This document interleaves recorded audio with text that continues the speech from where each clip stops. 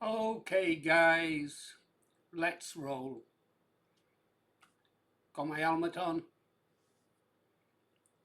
got my battle badge on, got my vape stick. We're going over the top.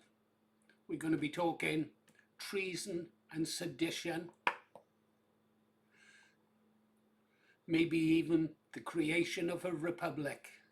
Yeah, we're going to be talking about that sad excuse for a king, King Charles.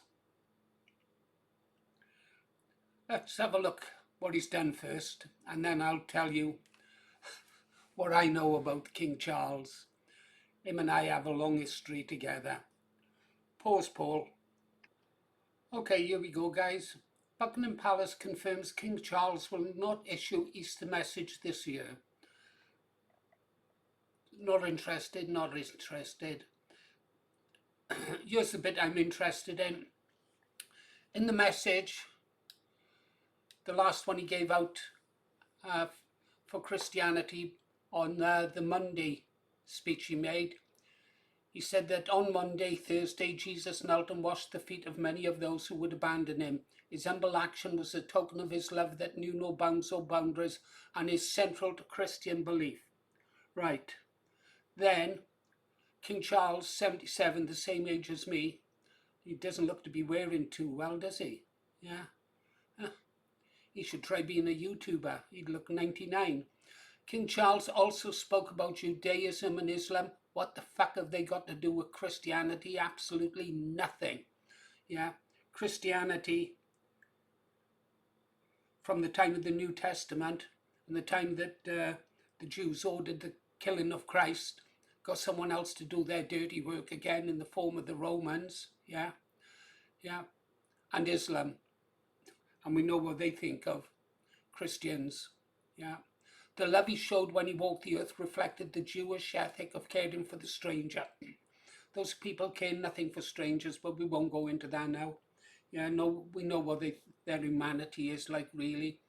And in those in need, a deep human instinct echoed in Islam.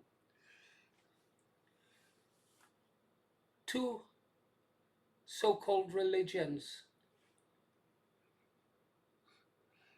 neither of those has humanity or the compassion for humanity like Christianity, and yet he chooses to praise them on a religious day for Christianity.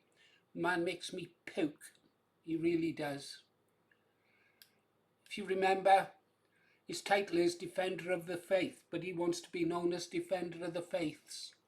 I have had a problem with this man since way back, way back. I've always been a constitutional monarchist, but this man makes me think that there could be a time for a republic. He's a despicable man. He's not the man who served here in the Royal Navy. When did I write this about Charles? This is May 2007. I was writing about this Charles, about Prince Charles and the Green Arrow. There's my old ship there, M1153. I'll read it out to you for those of you who like to sort of water the garden, make tea, maybe make love to your wives, I don't know, and just listen to me prattle on. So what could Prince Charles and the Green Arrow possibly have in common? Well, the image gives us one clue, and if you click on the Green Arrow profile, there is another dead giveaway, if you should choose to read it. Yes, the mob, the Andrew, the Royal Navy. We both served on ton-class minesweepers or hunters out of HMS Lochinvar in Scotland. So did I meet the Prince of Wales? No, but I had a pint with a man who drank with a man who served with the Prince of Wales. I was having a play on that old song from way, way back in time. I danced with a man who danced with a girl who danced with the Prince of Wales, one of the older princes of Wales, and so that's where that came from. I like to play games like that.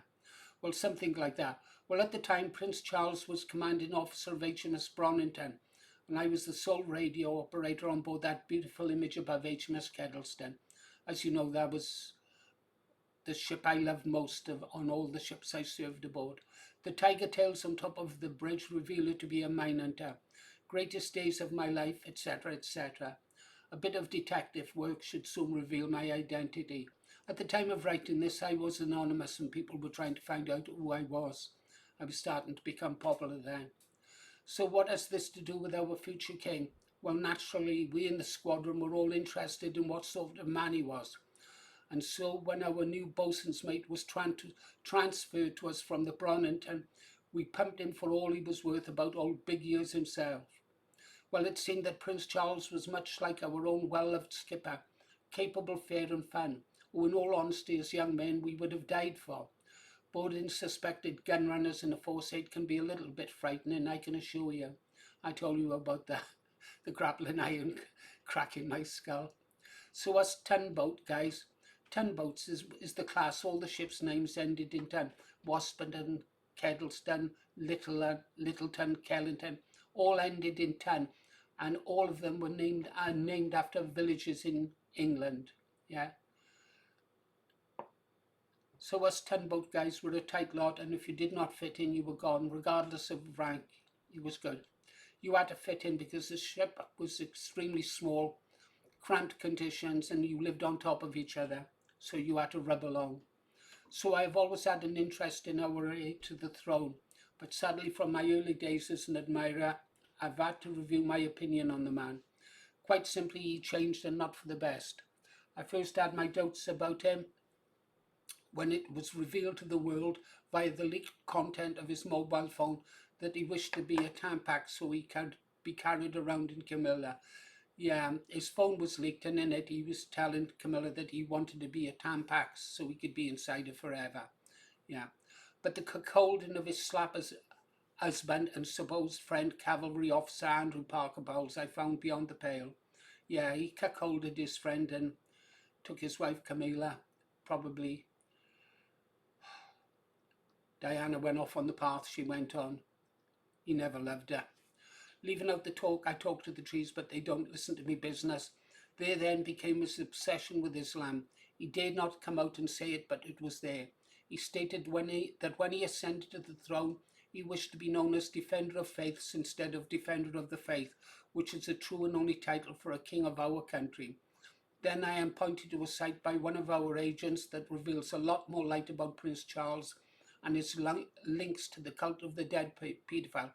Robert Topman wanted to know this. Is Prince Charles a convert to Islam? Read this article in the weblog of Daniel Pipes. I can't go there, the link's broken. And see what you think. One last possible interesting thing about my time on board M1153 call sign GSRP with the strange events on I will always know what I was doing. The boatswain mate I referred to was the Kettleston diver. His name was Bootwortley, he knows the truth. The Royal Navy of England hath ever been its greatest defence and ornament. It is its ancient and natural strength, the floating bulwark of the island. So that's what I know about him. Let's go back to the bunker. This is just a quick I'm about to do a link to Vindicator. Just a quick video for you guys. Vindicator's got probably a better video over on his channel. He's out walking, getting fit. I should do that. From the image of King Charles, it looks as if he should be doing a bit to keep fit himself, shouldn't he? I mean, we're both the same age and I look 10 times better than him. At least I think so. Yeah. But then again, I come from a good family. Okay, guys, you've been listening to Paul Morris, The Green Arrow. Talk to you on the next one.